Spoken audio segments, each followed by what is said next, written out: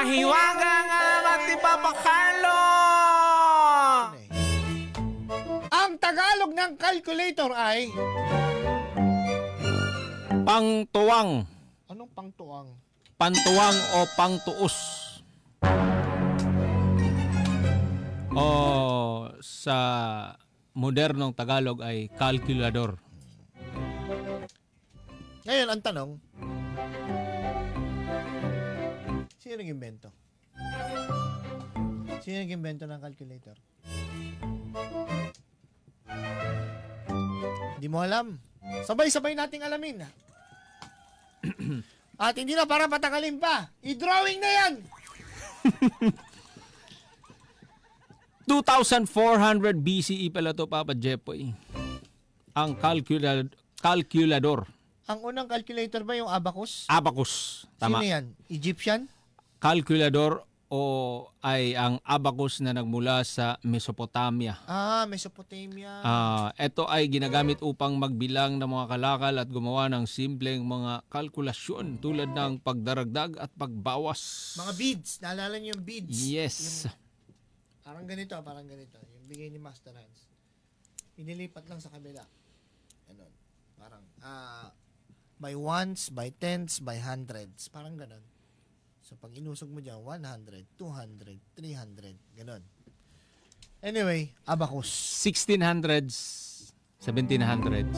Ang mechanical calculator ay unang naimbento ni Wilhelm Schickard, isang German mathematician na tinatawag na calculating clock.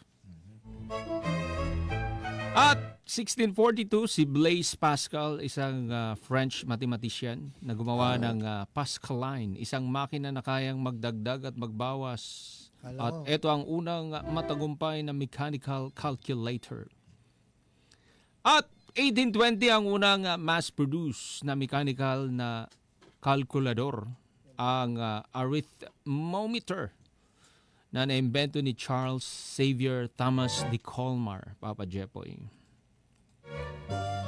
At 20th century or 1900s, noong 1940 sa mga electronic na calculator ay nagsimulang ma-develop gamit ang vacuum tubes at relay systems. So madami, Papa Jepoy, habang tumatagal, nag-i-improve. Pero anyway, yun nga mga kabarangay. Laking bagay ng calculator hanggang sa ngayon. Kita mo, kahit saan pumunta ngayon tindahan, may calculator. Yung mga nakikinig ngayon, sa cellphone mo may calculator. Napakalaking bagay sa buhay ng isang tao ngayon. Dahil lahat ng bagay ay ginagamitan ng mathematics. Anong Tagalog ng mathematics? Mathematics? Kung ang science ay agham, anong Tagalog ng mathematics? Lahat ng bagay, kinukompute. Paggising mo, lahat ibibilang.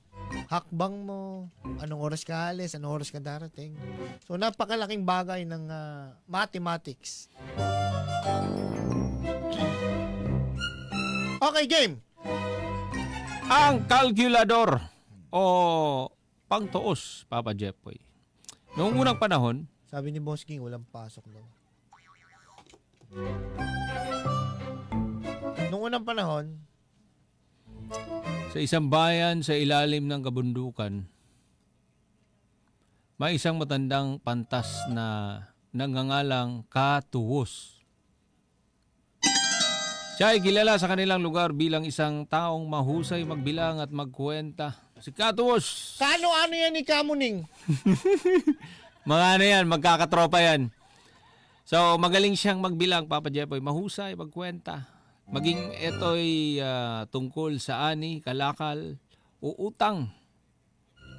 At dahil dito maraming tao ang pupunta sa kanya upang humingi ng tulong, lalo na sa paglutas ng mga mahihirap na bilang. Si Katuwos ay isang mapagbigay na tao. Gayunpaman, dumating ang araw na ang kanyang kalusugan ay nanghina. So, nanghihina siya Ibig sabihin, hindi niya magampanan ang kanyang tungkulin. Dahil dito, napansin niyang ang mga tao ay nahihirapan muli sa kanilang mga gastusin at kalkulasyon. Paano nga yun? Siya lang ang marunong. Siya lang marunong eh. Nalungkot siya sapagkat wala siyang maipamana sa bayan upang matulungan sila kapag wala na siya. So isang gabi habang nakaupo si Catuus sa ilalim ng buwan, nagpakita sa kanya ang diwata. Ayan na!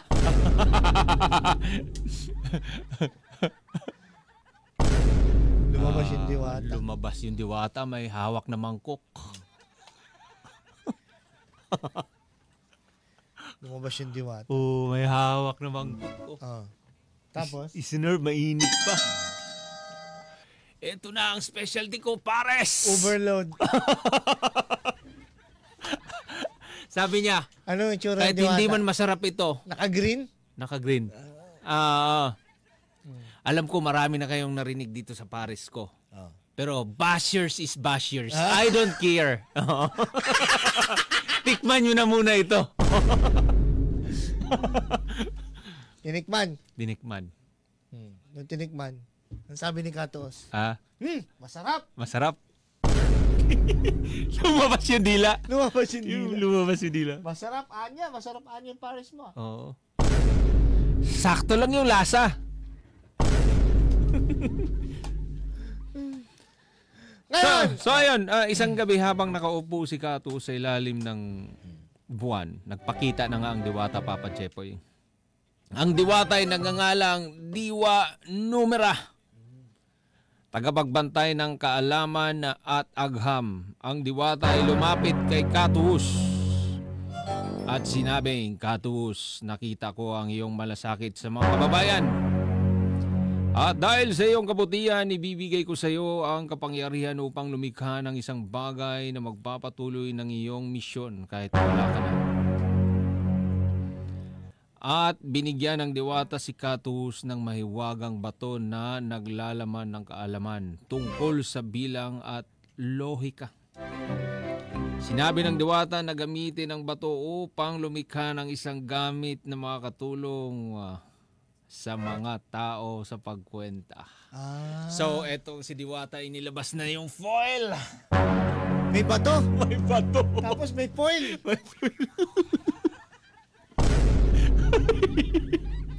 Patay tayo dyan. Sabi ni diwata. Bilugin mo. Ganun yung panga. Sabi, kulang talaga yung dos. Mga gano. Kaya sabi, kailangan natin ng follow-up. Kulang yung tumatabingi ang bibig. dumilihensya ka muna. Sabi ayan na, Pidea. Sabi niya. Bypass operation. Hindi pa talaga. Hindi. Undercover pala yung diwata. Bypass operation. Pinabiyahe itong si Catuus. Sabi, kumuha ka ng dos dun. Sabi ni Catuus, kumuha ka ng dos. Ako bahala. Undercover ba yun? Bypass operation. Ibang bato yung kinuha. Hindi pala talaga totoong diwata yun. Hindi pala diwata yun. Follow up ng tres.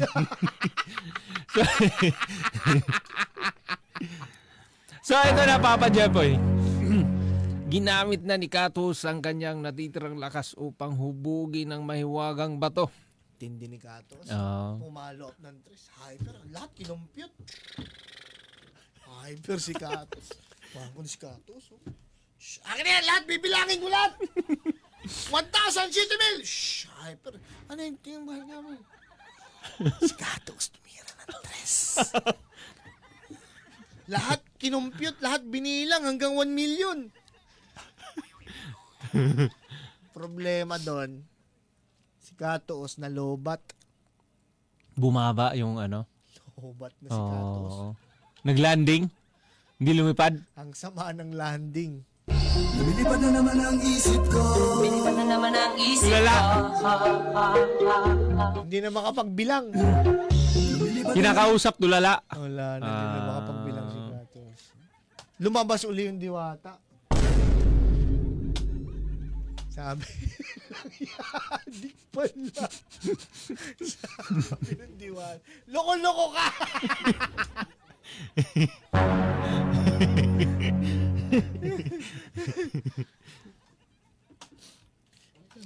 So, eto Papa Jepoy, ginamit na ni Katus ang kanyang natitirang lakas upang hubugin ang mahiwagang bato at likhain ang unang bantos. Isang simpleng kasangkapan na makakatulong sa mga tao sa pagbilang. At ang mga tao ay natuwa sapagkat napabilis ang kanilang buhay. Tinawag nila ang kasangkapan na ito na pangtuos. Bilang paggalang kay Katus, Papa Jepoy. At habang lumilipas ang panahon, ang pangtuos ay nagbuo mula sa simpleng bato tungo sa mas makabagong anyo na gamit ang teknolohiya.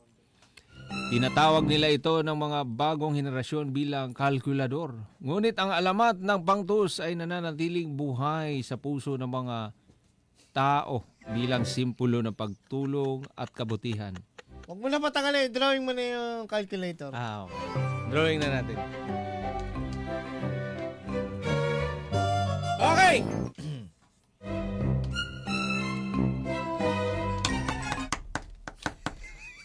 Patingin nga anong ginawa ni Katus. Katos. Ito yung pinakaunang calculator. Tingin. Ba? Ganyan ba yung calculator? Patingin nga, punta kayo sa Facebook. Nakita mo? Yan ang kauna-unang calculator. Yan, may mga number. May number na. May scroll up yan. Up. Meron ding down. Ba't may volume? Ha? Ba't may volume yan? Bakit? Teka muna. Calculator. Sigurado ka calculator yan? Oo. May number nga, may number. Ba't may up down? May channel pa, May volume. Saka ba't walang monitor? Paano ko malaman yung sagot? Hot shot running in my non-stop. Ano nakalagay? Pro Max. 90 bright heavy. Loko-loko ka, remote yan eh. Find you and it sounds like